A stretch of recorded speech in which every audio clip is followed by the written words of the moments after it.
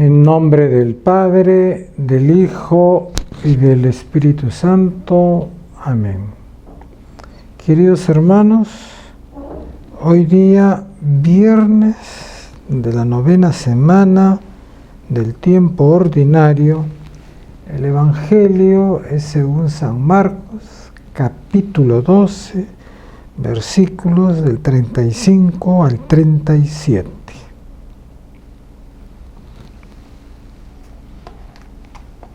En aquel tiempo, mientras Jesús enseñaba en el templo,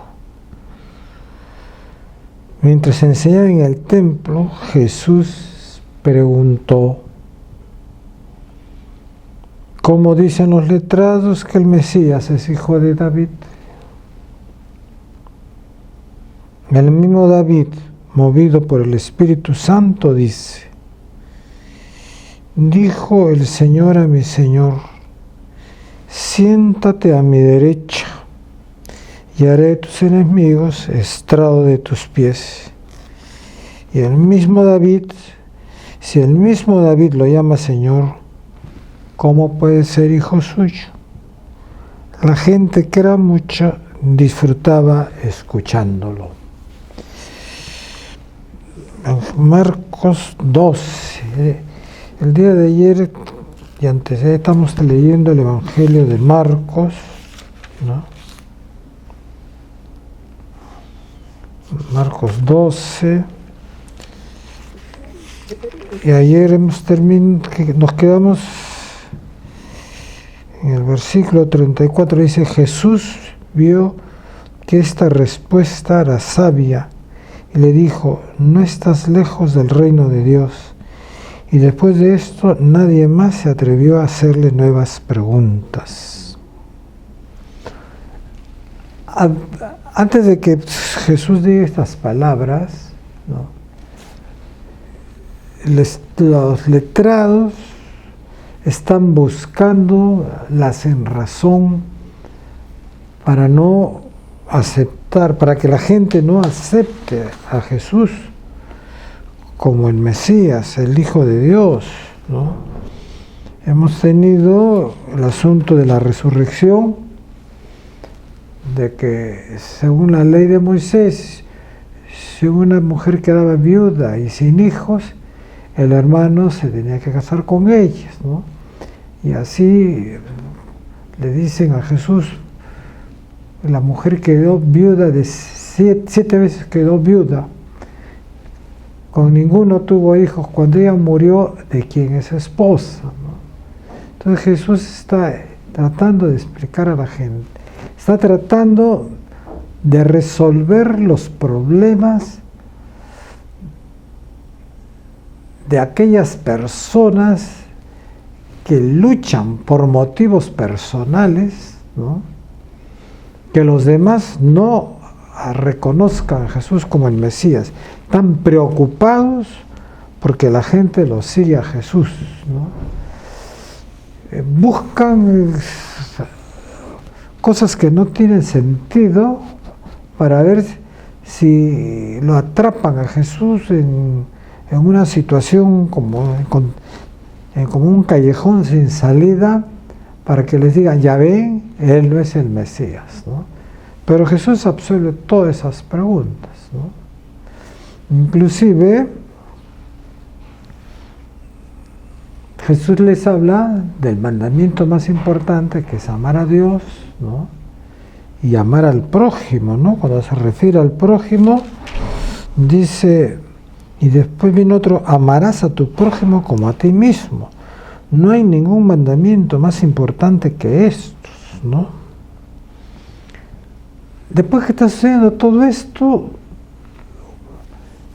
Jesús dice estas palabras mientras se enseñaba en el templo, ¿no? La gente dice de que el Mesías es hijo directo de David, ¿no? Y Jesús acá le está haciendo ver de que cuando David habla movido por el Espíritu Santo, se refiere al Señor, a Dios como el Señor, ¿no? Si es el Señor, pues Él no es el Hijo de no es el Mesías no es el Hijo de Dios. En ese sentido, ¿no? Como dice acá en el Evangelio, David dijo, hablando por el Espíritu Santo, dijo el Señor a mi Señor, siéntate a mi derecha hasta que ponga a tus enemigos debajo de tus pies. Si David mismo lo llama Señor, ¿cómo entonces puede ser hijo suyo? Mucha gente acudía a Jesús y lo escuchaba con agrado, ¿no? Bueno, hoy día también tenemos la Iglesia de Cristo. Tiene así muchos problemas, ¿no? Es amenazada, es atacada por todos los lados. Porque el mensaje que trae Jesús, ¿no?, obliga a la justicia social, ¿no? Por los dos mandamientos que hemos escuchado aquí en el Evangelio de San Marcos, ¿no? Amar a Dios, amarás al Señor tu Dios con todo tu corazón, o sea, un sentimiento que brota de ti, que amas a aquel que te ha amado, con toda tu alma, con toda tu inteligencia y con todas tus fuerzas. Es decir, ¿no? No solamente que lo amas, sino que conoces el mensaje y con todas tus fuerzas se lo pones en práctica, ¿no? No es un amor que se queda solamente en la intención de decir que yo amo, que cumplo con ir a la misa, que cumplo con los sacramentos. No, va más allá, ¿no? Es un compromiso con el Señor, es un compromiso con Dios. Y después viene el otro, amarás a tu prójimo como a ti mismo. O sea que para seguir a Jesús tienes que amar a Dios y tienes que amar al prójimo. Amar a Dios significa cumplir sus mandamientos, estar en el amor de Cristo. Y si estás en el amor de Cristo, tienes también que amar al prójimo, preocuparte por el bienestar del prójimo, ¿no? Jesús en otro momento dice, ¿cómo puedes decir que amas a Dios a quien no ves y no amas al prójimo a quien sí ves? Nos dice, ¿no?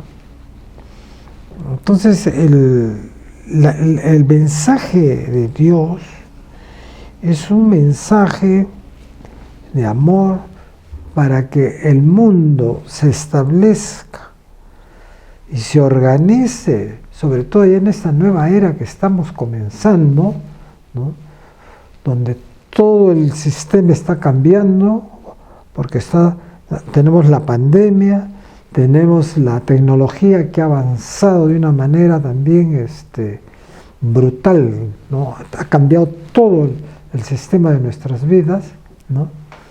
Tenemos que ver cómo adecuamos el mensaje de Dios a este mundo en que vivimos, ¿no? El mensaje no va a cambiar, es el mismo. Tenemos nosotros que adecuarnos a vivir de acuerdo al mensaje de salvación que es Cristo. Esa es la tarea que tenemos ahora en la Iglesia. Por eso es que hoy día, más que nunca, el laico ya tiene que dejar esa situación, esa actitud pasiva de amar, de creer en Dios y cumplir con los ritos cotidianos, ¿no? Ya no. Ya tiene que conocer profundamente el mensaje y participar en la vida del país. Ya no tiene que buscar nuevos líderes, pero líderes que estén comprometidos con Jesús. Porque de lo contrario está sucediendo lo que estamos viviendo. Se presentan ideologías, ¿no?, que van contra la misma dignidad del ser humano, ¿no? Movimientos políticos, económicos, o se quiere manejar la economía sin tomar en cuenta que el hombre es un ser humano con capacidad, que no es una máquina, que el ser humano Es una persona creada a imagen y semejanza de Dios y que puede tener momentos de flaqueza, momentos de alegría. No todos los días el ser humano se encuentra en la misma disposición, ¿no? En ese sentido, por eso tenemos que amar al prójimo, tener en cuenta la primera bienaventuranza.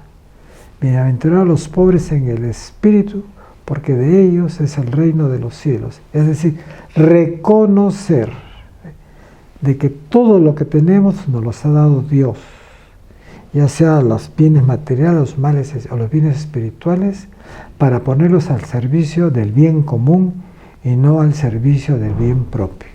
Eso implica pues una formación de los laicos para poder entrar en las esferas y ser líderes cristianos en el mundo de la política, de la economía, del mundo social, de la ciencia y de todos los aspectos que abarca la tecnología y los estudios, ¿no? Es importante entonces formarnos como buenos líderes cristianos. El Señor los bendiga, los proteja y los cuide de todo mal. Amén.